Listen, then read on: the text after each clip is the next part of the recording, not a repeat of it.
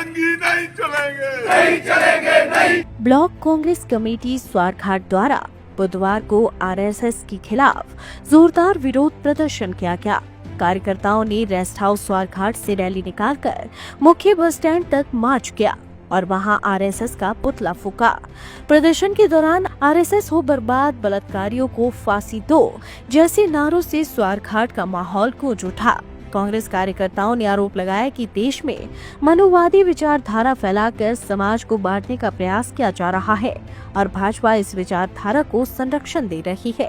पूर्व मंत्री एवं वरिष्ठ कांग्रेस नेता रामलाल ठाकुर ने हिमाचल प्रदेश भाजपा अध्यक्ष डॉक्टर राजीव बिंदल के भाई पर लगे रेप केस का मुद्दा उठाकर सवाल किया कि भाजपा नेता इस पर क्यों चुप है। उन्होंने आरोप लगाया कि न केवल भाजपा बल्कि कांग्रेस के कुछ प्रदेश स्तर के नेता भी इस गंभीर मुद्दे पर मौन क्यों है। प्रदर्शनकारियों ने हाल ही में कर्नाटक में एक न्यायिक मजिस्ट्रेट पर जूता फेंकने की घटना का जिक्र करते हुए कहा कि जनता का आक्रोश अब न्याय व्यवस्था पर भी असर डाल रहा है, जो सरकार की विफलताओं का परिणाम है। ब्लॉक कांग्रेस कमेटी ने चेतावनी दी कि यदि बलात्कार जैसे मामलों में दोषियों के खिलाफ सख्त कार्रवाई नहीं हुई तो भविष्य में और भी उग्र आंदोलन किए जाएंगे। Inspired by a magical realm, Mriganka by Tanishq.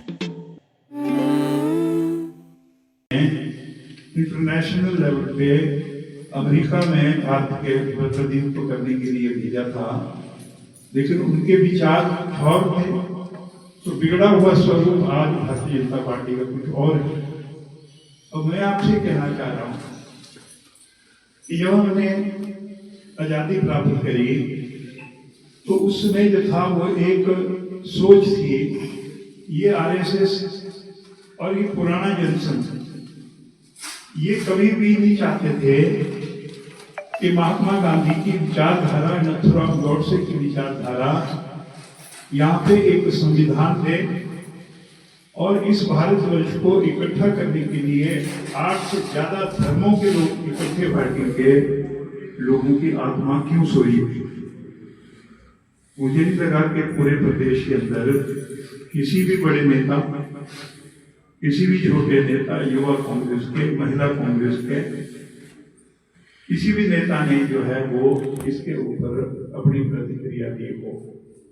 अगर मान लो कांग्रेस पार्टी का कोई नेता इस प्रकार के काम में अगर मान लो उसका लेश मात्र भी कहीं पे जो है वो हाथ होता तो पूरे हिमाचल प्रदेश में भारतीय जनता पार्टी क्या ना करती, क्या करती, ये सब आपके सामने। तो मैं इतना कहना चाहूंगा कि ये जो मनोवादी विचार है, आज यहाँ पे हुआ कि केरला में सुसाइड नोट आ गया और वो भी ऐसी हरकत है जो घिनौनी है और जो आरएसएस की विचारधारा है, जो अपने आप को सांस्कृतिक ऑर्गेनाइजेशन कहते हैं कि हम समाज में इस विचारधारा को लेके जाते हैं।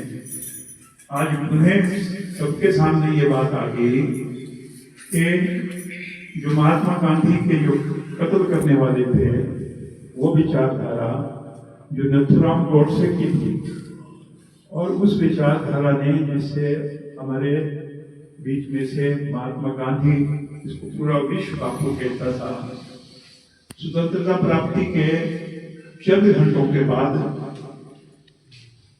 महात्मा गांधी को हमारे से छीना गया। पूरी दुनिया में सबको मालूम है, लेकिन जब से ये दिल्ली में भारतीय जनता पार्टी की सरकार आई, मैं भारतीय जनता पार्टी के सारे नेताओं को उसने दोषी नहीं मानता। लाइव टाइम्स टीवी के लिए स्वारघाट से सुभाष चंदेल की रिपोर्ट।